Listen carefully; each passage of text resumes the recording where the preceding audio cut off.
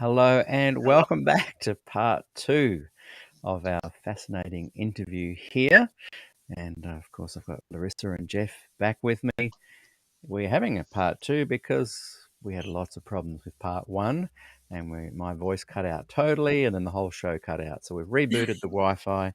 We are back, and it's great to continue the conversation with you guys. I encourage people to go back and look at part one, and you'll learn all about Larissa and Jeff and their gender identity, etc. And now we're going to continue on part two. Now, sadly, I've just realised that the questions would have all disappeared. So I might have to just go back and look at the other one and just read some of them out again, because there was one that you were answering. It was very interesting there, Larissa, and excuse me, and we kind of got cut off halfway through. Now, for those Yeah, that are just joining us, Larissa doesn't come from an Adventist background, but Jeff does. They are brother and sister. And just quickly recap while I'm finding this, Larissa, share with for us sure. your gender identity, and then Jeff, you share yours, and then we'll jump into these questions. Yeah, so my sexual identity is demisexual, which essentially means that I have to have a connection with somebody before, which is a form of ACE, which Jeff will explain a little bit later. And I'm also pansexual, which means I don't care about gender. It's very similar to bisexual, except for that there's been debate in the community about the gender binary, and pansexual is essentially just like I don't care how you identify. I just like you for who you are, essentially. Jeff? I'm aromantic, asexual. Aromantic meaning somebody who feels little to no romantic attraction. In my case, no romantic attraction. And I'm also asexual, which means that I experience little to no sexual attraction. In my case, no sexual attraction. And in this case, Jeff is the Seventh-day Adventist, because these conversations are primarily watched and aired out into the Adventist community. Full disclosure, I'm a former Adventist looking in from the outside, and I'm just fascinated at listening to all the different perspectives and spectrums and aspects within Adventism. So I found that question, and I'll just read that out to you, Larissa. You did halfway answer it before we got cut off, so I'll just read it again. It's pertaining specifically to Adventist culture and school system, but I think you can generalize on that as well. How do you think Adventist schools should approach LGBTQIA plus students and those questioning their sexuality or gender identity? What stance should they take? And if they take a negative stance, what are some of the issues that would arise? It's a very good question.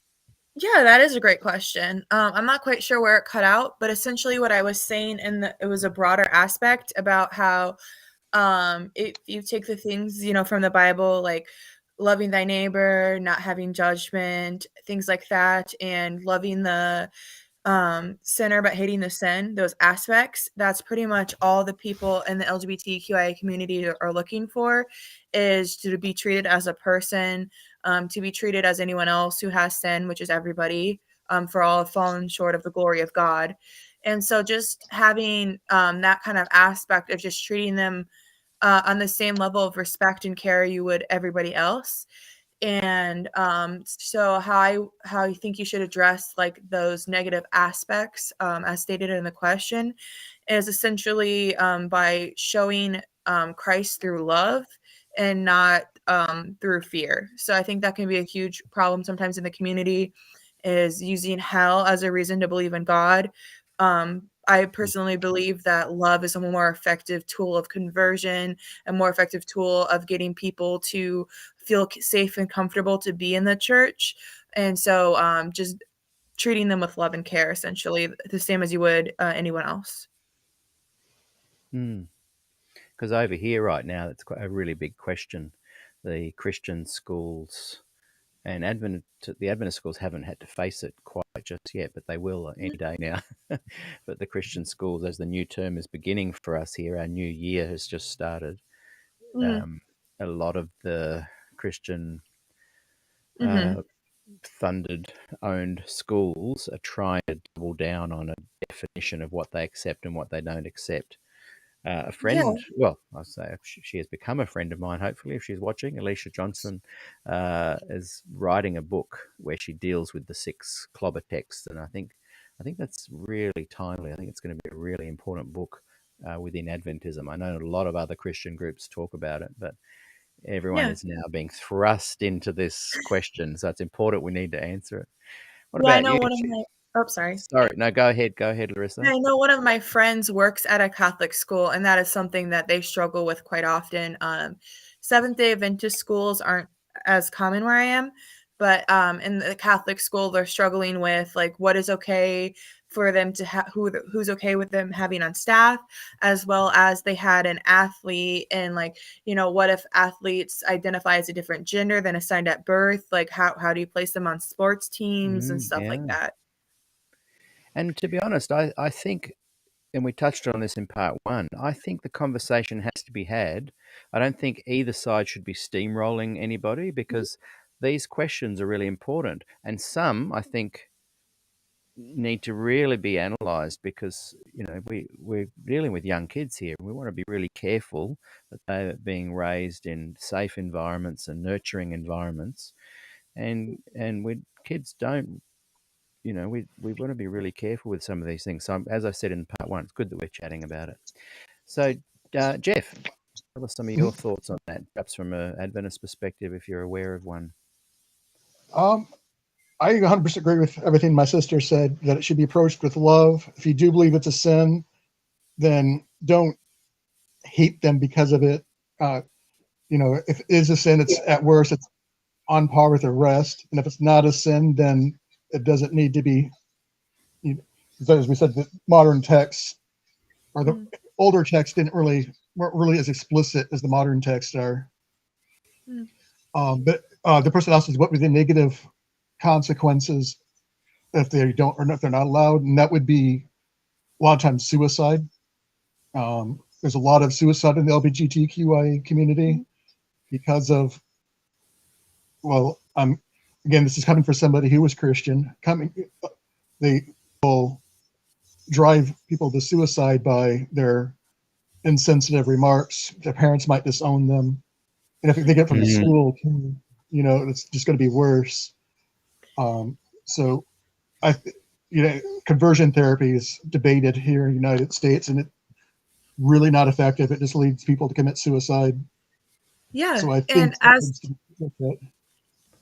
and as someone, I work in mental health, and so like I have to like see all the different aspects of that. So you bring up a great point where people who are part of the LGBTQIA community commit suicide at a much higher rate, and especially if you were to combine that with any other minority factor, so like being a different race, coming from a different country, things like that, any other factor just intensifies it like greatly. So just the fact that, being born or whatever a certain way, and then being told all of this horrible stuff and not feeling like you can change it is really common to lead to that, especially in people in their teens and early 20s. Yeah, and I think it's funny, with most topics that people could talk about, you can be robust with them. I know in season 2 we were talking a lot about theology, and there was a fair bit of biffo going on, word biffo, word fighting, and in other topics, and even with women's ordination debate, there's a lot of kind of robust conversation. But I think with this topic, because people who have been wounded and hurt, suppressed and marginalised are very sensitive to it, I think we've got to treat the conversations with a great amount of sensitivity. And at the moment, that doesn't seem to be happening. Yeah. And I like what you said earlier about being able to have the conversation, because I think that's what's important. I think that if you're seeking the information sincerely, then it will make the process easier for to have that open communication. But the issue lies, I think, because you said, I forget your wording, so I don't want to misquote you too much, but something along the lines of like them being like jumpy, for lack of a better term. I can't remember the terminology you used. And I think that comes from all the people who sought the information without being sincere. And then so it leads to kind of like the quick trigger aspect of it all. So I think that if we could all just be open and honest and like more free with how we speak, but while we're guarding how the other side might feel or think, and I think that Right. might lead to a lot more progress. Yeah, I agree. And Jeff, do you have any more thoughts on that topic? Oh, no, I think you covered it well. So I'm interested in, Jeff, just hearing a little bit more about the climate that you're in now within the Adventist Church. We were discussing the Ted Wilson tweet in part 1, and my voice apparently was cutting in and out a fair bit. So let's just touch on that a little bit again. I was pointing out that in some ways I respect Ted Wilson, not for what he's saying, but he is being very clear about his vision of what Adventism should be.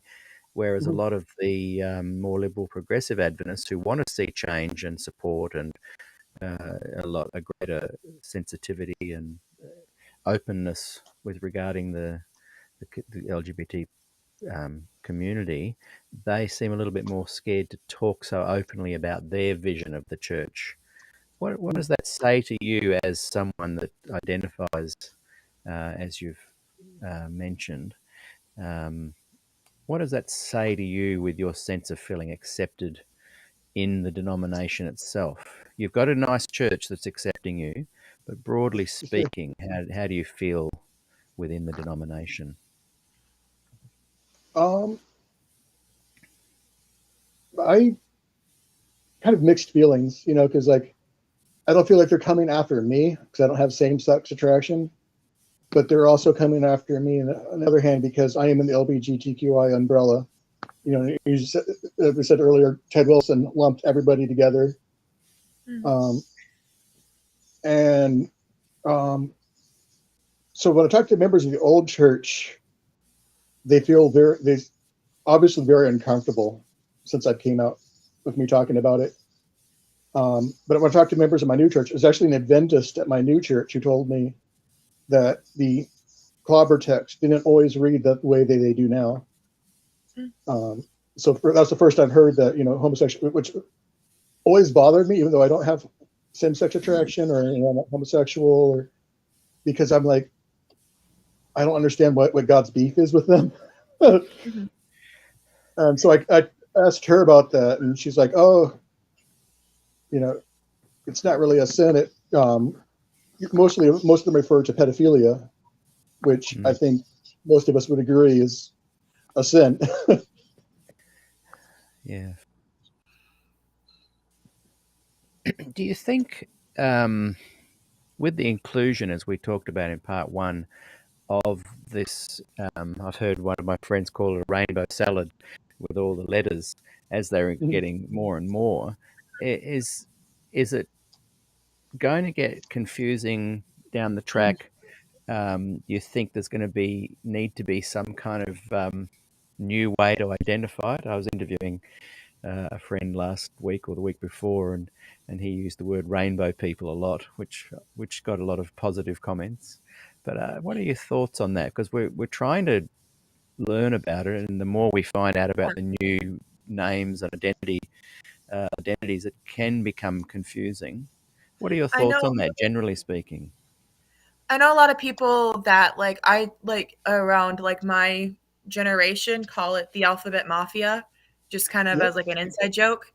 And so because I think it kind of speaks to how many letters and how many representations there are.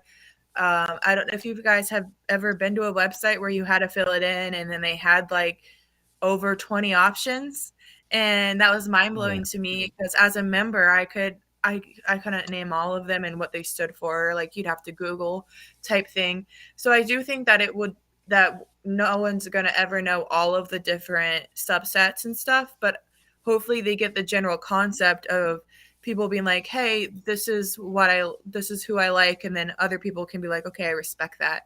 So I don't think the names are more important as just people understanding like, hey, this is who I am type thing. So if that can be done and explained without the label, and I think that's really common, especially with the stuff Jeff and I identify with, is a lot less spoken about. oftentimes I just tell people I'm bi just because it's easier to understand. So just, I don't think, the labels are as needed as just the story, if that makes sense. Right. So in some ways, it's something we don't need to overthink too much. And if people say just LGBT plus, Yeah. LGBTQ plus, like, is there an official kind of cutoff point that's acceptable and not offensive? But I think Sounds silly, the LGBT is question. fine because I Yeah. feel like it's a lot of letters. I tried to say the whole thing just to be, you know, more inclusive in general, but like I think Yeah. cutting it off there and this could depend on the person too as Yeah. well is fine with me, even though it cuts off before it gets to me. I'm not even in the lineup, but You know, so it's that's just my personal opinion. What do you think, yeah. Jeff? As somebody who gets the Um, letter in the plus part. yeah. Well, Q stands for queer. So, and I one time spoke to somebody at an event. I'm like, "Do you think we belong at Pride? Do I belong here?" Which was a queer event. He's like, "Yeah, you're queer." So when they say LGBTQ, I can see myself in there. I personally get a a rise in a good way when people say LGBTQIA because I'm like, yay, recognition. A lot of people don't know we Okay. exist. That's But I'm interesting. fine So with you did actually LGBTQ. feel a sense of, oh, thank you, I feel included. Yeah, but I'm also fine with LGBTQ. I prefer Yeah. I like the feeling when somebody says LGBTQIA, but I don't think it's necessary. Yeah. Yeah. So Larissa, you don't feel that you need the LGBTQIA No, PD plus? no, it's all good. It's like one of those things where I more so say it for other people's benefit, so that way they can feel how Jeff feels. I myself am not like I don't care, if it's just the shortened letters. I think that picking on those points are secondary to picking on the larger point. So I want to fight the bigger battles first before I care about that, if that makes sense. I do think the issue Yeah. is important, don't get me wrong, Yeah. but just trying to get the rights and understanding first and then explain it deeper to people who get it, then that's what I would worry about. Mm. I will say that when the term LBGT is used, um, it does make me question whether I'm welcome there, because a lot of people in the more of the older people that LGBTQ, but a lot of them say asexuals and aromantics don't belong Oh, because interesting. Yeah. we haven't we haven't faced the same problems that gays have, which is true Yeah. to an extent. But there is such thing as, I'm going to use a term here, so hopefully people that are sensitive can forgive me, but we do face corrective rate, which is where I'm going to make you straight. Yeah. Just as Yes, Yeah. much as just that as was much a as topic gay I people wanted to do. talk about, actually. Yeah. Yeah, and going on to a similar line of what you're talking about, the community itself is divided. There's also a lot of biphobia in the community itself, uh, debating the existence, if they're real, if the stereotype that since they like, multiple genders, that they're going to cheat or that they haven't made up their mind yet or things like that. So even Mm. within the community itself, it lacks understanding of its own community. So, I feel like that's the difficult aspect of the more traditional LGBT. They Mm. kind of have a certain like closer bond relationship that is established, and anything in the plus, well, I guess the B is part of it, but anything not like I am gay is questioned whether or not you're part of the community or not. So it sometimes can be difficult to not fit into either community, and one of them is supposed to accept you no matter what. Yeah, that's a good thing you're talking about there, because when I was young, it was just gay or homosexual. Hmm. Mhm. And then as I got older, I began to be aware of lesbian terminology, but I wasn't sure if that was something new or I just was too young to have known about it. But it was definitely just really the gay community was kind of the loose term that people would use. And I have noticed in doing these interviews, I've noticed little hints of some differences of opinion between the letters there, between the people that represent the different letters. So I appreciate you guys being open about that, because that's something that's human, isn't it? It's human for us to not really come together as unified beings. We seem to love having opposing views and then drawing lines. Whereas I'd like to see an idea of where we can be unified through diversity. I Yeah. think that's something I enjoy talking about and hoping can happen in some ways. I read this week, I'll just double check I've got the right quote here. It was from BBC, I think I saw it. Just want to check I've got it right. My sister had a car accident 2 nights ago, so I've just got lots of photos of the car. She's all right. She's good. But I've just got way too many photos of the damage. Here we go. It was on BBC News. France passes a law criminalising therapy to change LGBTQ people's sexual orientation. And we've talked a lot about praying the gay away in this series of discussions with that community.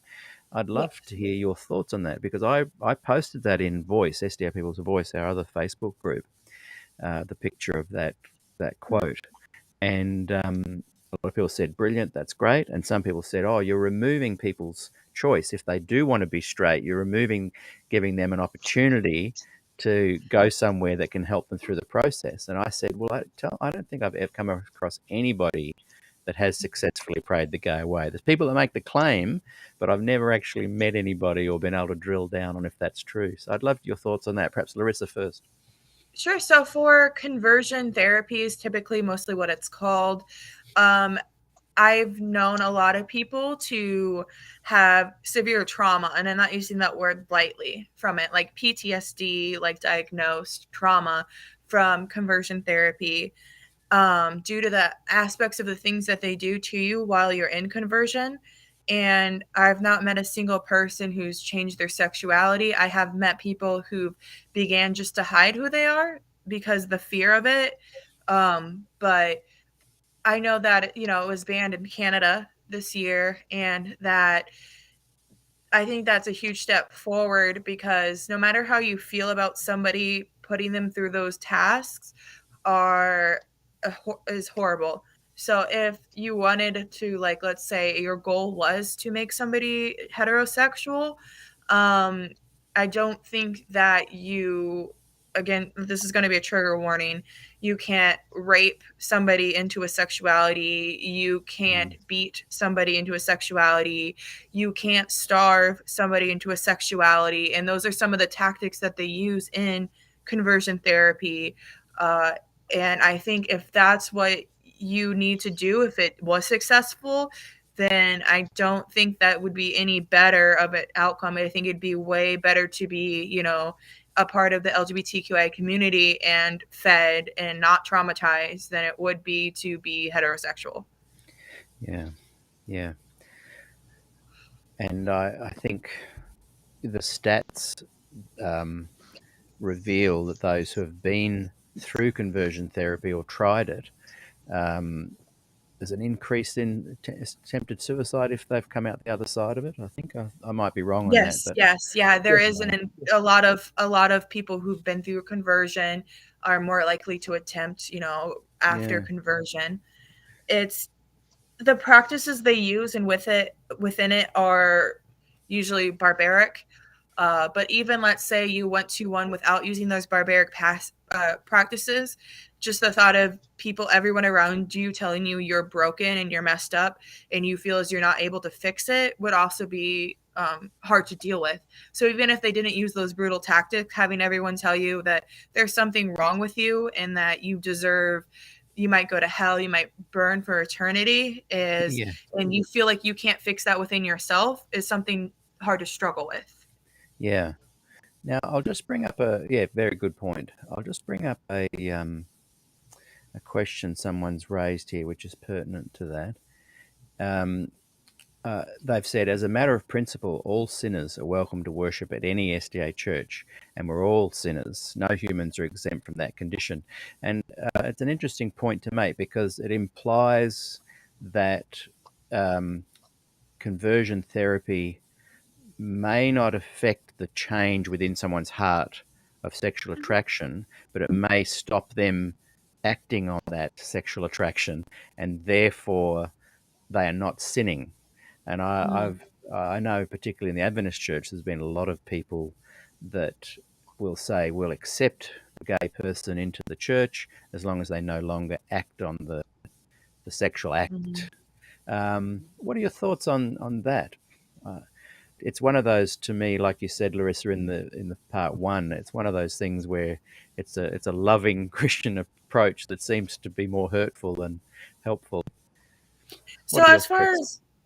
as far as where I think this commenter is going is like where a lot of is like a first step kind of thing, like what I was talking about earlier when I was talking about church, where I told about how a pastor said those things about like we're all sinners, like you don't need to judge them for that sin.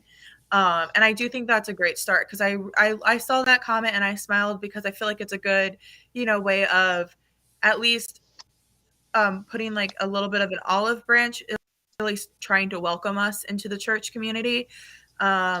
I do think that some people might say that stuff with a worse context implied. I'm not saying that about this commenter, but sometimes that can be said as like you were talking about, as how we need to repress who we are to be welcomed. Mm, So I think that, which is a hard concept, because it'd be difficult to repress other aspects of yourself to be a member of something so huge mm, within yourself, to repress it. And yeah, I just think, if to be blunt, if people just cared less about what other people were doing on this aspect, then it'd be better. If people just didn't think about other people's business as much, then it'd be a lot more welcoming of a place. yeah, yeah. And I guess I have trouble with the notion of, if you're a heterosexual couple, um, you can say, well, sex outside of marriage is a sin, but inside marriage it's not. Whereas for the gay couple, or the Mhm. LGBT plus couple, uniting with another person, they have no outlet Mhm. to kind of express Yeah. themselves, so they are having to suppress. And the inference is that that any action that is sexual is a sin, Yeah. whereas the married heterosexual couple has a way out. It'll be interesting as things progress Yeah. with gay marriage being legal, etc. Yeah. It'll be interesting if that changes the discussion. I know when Gay, I was oh, sorry. no, go ahead. I know when I was little, gay marriage was not legal where I live in the state of Nebraska. So they would go over to Iowa to get married, and it was like a huge uproar about it being a sin. But in my head, even because I was in elementary school, I didn't understand, because either way, to be a sin, at least this way they're taking one of them out, at least this way they're married. So I never Yeah, understood that concept as a kid, yeah, why that was such a big deal, because I'm like, you're not stopping the sin, you're just putting away the premarital sin. yeah. And this is why it's an interesting. I'm very interested in your observation, Jeff, because you're saying that you don't have that kind of sexual attraction, so it's not actually Mhm. a component that you have to even worry about. You can go into the Adventist church or any church and say, "Yeah, fair enough. I'm not going to be acting on this. Just accept me as I am." Have you found a sigh of relief from Adventist leaders and pastors when they don't have to deal with the notion of imagining Jeff in a relationship and Not sinning? really. My old pastor keeps wanting to set me up with women. um, but regarding the, can should people who are gay be able to serve ministry? And I totally agree with my sister. I think that's a great first step to say, yeah, welcome to our church, but you know, um, put aside your sins in order to. But like those some people that say that will also be pastors. I'm going to make a lot of people angry here. I'm sorry about that. I'm not passing judgment on them. The pastors who have divorced and remarried, which is biblical definition of adultery, and they're not breaking the sanctity of marriage, they can go ahead and be pastors as long as it's not a woman. You know, if the man divorces and remarries, that's cool. If a woman divorces and remarries, she's harlot. They seem to avoid. They cherry pick some of these laws in the yeah, Bible, don't they? Like they'll pick the 6 clobber texts, but they'll forget some of the other ones that will even lead to stoning if you break them. yeah. So It says in the Bible, God hates divorce. And again, I'm not passing judgment on anyone, Yeah. but God hates divorce. It nowhere says, despite what Westboro says, that God hates gay people. Yeah. yeah. In fact, when I left the Adventist church, the first thing you notice is a real loss of identity. It takes a while to build up your own kind of inner strength again of who you are and what it means to be who you are. And then you start going, well, what lens did I view this through? What was my lens? And so I went back to reading just the 4 Gospels. I thought I'll start with that. And it was quite revealing to get a sense of what the gospel actually is. And it was very different to the gospel I had seen through an Adventist lens. And you don't see Jesus commenting on a lot of these issues that we're talking about, but you do hear him comment on other things. And so it's like the Christian movement has this subculture of ideas and beliefs that aren't actually in the Bible, or they're very greatly cherry picked. Have you noticed that too, or what are your Oh, thoughts yeah. on that? Yeah, Oh, I yeah. feel like that's a huge criticism is like the whole like casting the stone thing. Like I feel like that's a huge criticism and it always has been of cherry picking which rules. And not to pick on Jeff's church, but them serving caffeine at the church is, like almost would feel like a trap if I went there the first time just to see whether or not I would sin. But I think it's one of those things where it's like, and I think that's natural. I think that's human nature to kind of, I want to follow these rules. But I think that if you're a person who's cherry picking, then you don't have the right to care about other people's sin, Yeah. Yeah, I'm sorry, I just lost my train of thought. That's all right. Happens to me all the time. What's the question again? I'm sorry. So we're just talking about cherry picking and how when you Okay. read through a different lens, you can sometimes see things that weren't actually there. So the Adventist Church also has the prophetess Ellen White.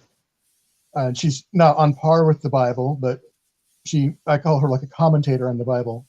And she had zilch to say about the LGBTQIA community, even, whatever name it was at that time.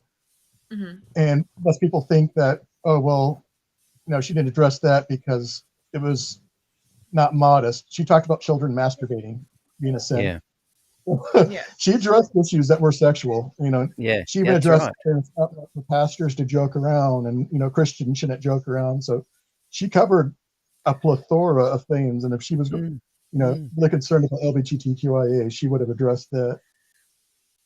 The whole reason that she supported Kellogg with cereal and kind of breakfast cereal foods was because of sexual reasons. She felt that having meat at breakfast, heightened the sexual arousal in men and the libido in women, and so having cereal would limit that. So she definitely addressed solitary vice and all sorts of aspects of sexuality. How many, that even the sex act shouldn't happen too often, even when you're married. I wonder if she considered the gay question such an abomination that she didn't utter it, or I don't know. Yeah, it's an interesting. I thought that too, but then I thought about her talking about like how young boys, probably like 14, should not be in the company of women because it'll lead to them, self-abusing. And I'm like, all right, so she's really talking about 14-year-olds boys masturbating. Yeah. It's a whole other conversation there, isn't it? The way the church places the authority of Ellen White on quite a high pedestal, I guess. You, in many ways, like Larissa would have avoided this altogether, and Jeff, you in many ways too. There's a certain kind of indoctrination that happens for Adventists that are born into the faith. And I think that's why for me the loss of identity was so strong, because I was fifth generation Adventist. So it's a really interesting conversation having you guys. You're a little bit like me. We're looking in from the outside now, and I just want to shift a little bit, Jeff, with you to tell me a little bit of your thoughts as you, you you became interested in the Adventist Church at around 20, kind of Mm, fully signed up as a member into your 30s, I guess. mm, You gradually became aware of certain standards like meat and beer and things you weren't allowed to do. mm. What things do you now find appealing about Adventist theology and doctrine? So Um, not community, not feelings, not great church that provides you with a nice sense of place, just pure doctrinal things. What is it that as an adult draws you to Adventist theology? Despite what we've been discussing here, I've heard the message of God is love a lot more from the Adventist Church than I have from any church prior. Um, and I think that really resonates because everyone needs to be loved. And going back to Ellen White, she beautifully illustrates it in both Steps to Christ and Desire of Ages. So, it's in the fact that there's no eternally burning hell is another good one. Um, Growing up Baptist, I was taught you believe in God, you get baptized, or you're going to burn forever and ever and ever and ever. But God loves you. Yeah, And Yeah. that's I, true. That is a good takeaway for me. I don't lose any sleep over the idea of eternal pain and suffering.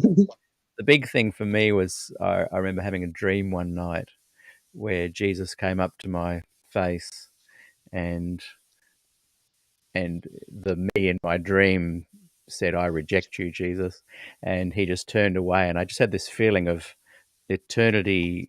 Like the Adventist version of hell is just being the absence of experiencing that kind of Jesus. I was quite young at the time, but I remember thinking, oh, that's kind of an equivalent kind of hell. um, but at least you die and you don't think about it. yeah, Have you pondered a lot of the controversies within Adventism, Jeff? Like we've talked a lot on the show about Des Ford, Glacier View, plagiarism, the Davenport fiasco, a lot of things that as part of Adventist culture we've come to know and talk about over Sabbath afternoon lunch and haystacks. Have you become aware of those conversations and joined in them at all? I've heard, not from Adventist, but actually from a study Bible I have about the plagiarism. Um, and that harkens to the fact that in her day, you could quote from people without giving them, citation, whatever, not citations, but uh, reference pages or whatever. And so Acknowledgement kind of thing and credit. Yeah. plagiarism wasn't considered plagiarism. So did she plagiarize? I mean, she used people's works the same way we might quote from, like when we were quoting from Ted Wilson. You know, she just didn't put in their names because back then that wasn't something that was required. So I Mm. don't think she was a plagiarist. I think for me, the plagiarism doesn't really worry me. What worries me is her claims were that she got these messages direct from God. So the claim is that my angel showed me this and this, and where they found that a lot of her actual claims have come from other authors, almost word for word. And I can understand someone in that time period not giving credit, but I struggled as a young boy when that really came out. I struggled with that notion because for us growing up, she was elevated in the sense that these words were given to her, and the beautiful words of Desire of Ages were just given to this woman that only had a grade 3 education. And that was an intentional uh, way that we were taught, like this was how marvelous could a person be with very limited education, to just get these vistas from heaven opened up to her and she wrote them down. And it's changed now, so that by the time you became an Adventist there was a shift in in that kind of authority. And I'm pretty sure people coming into the church now would hardly be aware of that kind of pedestalization of her. I think she'd be appalled by that, actually. She always says, don't look to me, look to Christ. So that's probably best that we made that shift. Yeah. Hey, look, I'll just see if there's any other questions as we had to recommence on the different platforms. A lot of people, we've missed on some of the comments and questions that I was going to come to, and I noticed that even when we went off air, there was a bunch there that I missed, and they all got deleted when I restarted. So, we could talk for hours. I've loved how you guys have been so articulate and open, and we've stumbled across some new perspectives that have been in people's minds, but you've actually put them out there on the table. And I want to encourage people that are watching and listening on the podcast later to accept this notion that we're at a banquet table and everyone's welcome, and let's talk about things and enjoy the food and the conversation. And let's keep in mind that we're really trying to create a great environment for our kids. So, Larissa, maybe if you could share some closing thoughts of wisdom for those watching, and then Jeff, if you could give us some thoughts there too to have the last word. I would just generally say that I'm glad that we are having this conversation, like you stated. I feel like this is something that isn't talked about enough, and that's where a lot of the stigma lies, is the fear of speaking about it. And this is on both sides too, because a lot of times people want to reach out, ask questions, and they might not feel safe. So I'm just hoping that this made you guys have like a safer feeling environment, and at least knowing some people, some different perspectives. Obviously, we can't speak for the whole community. We're just two people. But in general, I just think that if everyone can approach things with love and understanding, that the world would be a lot better place and we'd advance a lot quicker. Yeah. Well said. Thank you, Larissa. Jeff, you can have the last word before we say farewell for today. We'll get you back again. Along those lines, I think it's important that we listen to each other, even if we don't agree. You might learn something, and even if you still disagree, you at least have respect for that person. Last few years here in America, things have gotten crazy. I'm sure you guys know about January 6, 2021.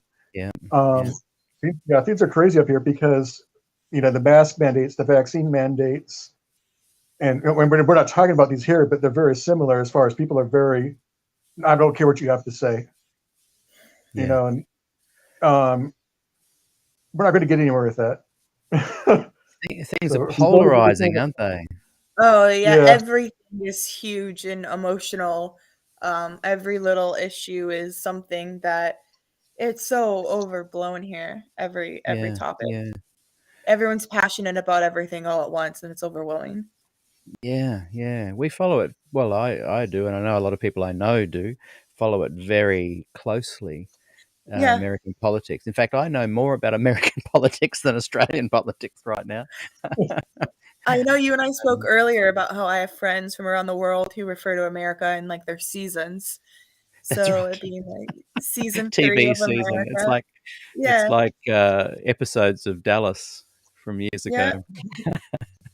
A soap opera. And it's only recently that I've kind of... Sorry, what was that, Jeff? International listeners, please know that we're not all that crazy.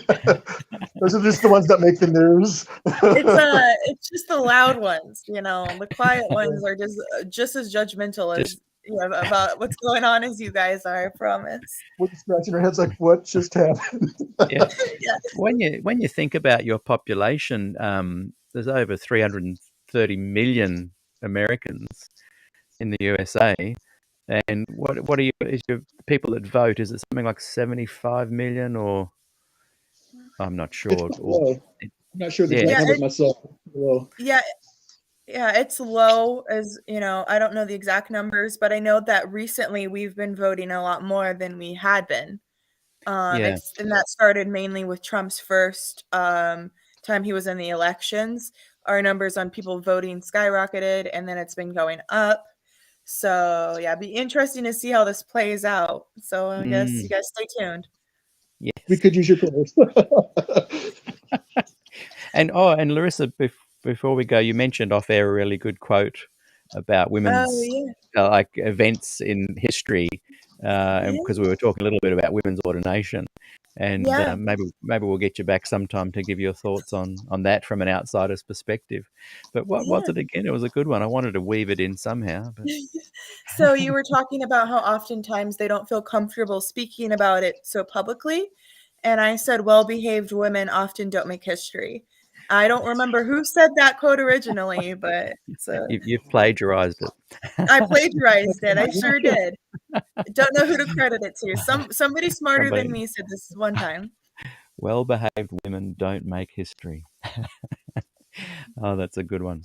Hey, look, it's been so good chatting to you guys. I really appreciate you taking the time. We've been talking about it for a long time, and finally it happened.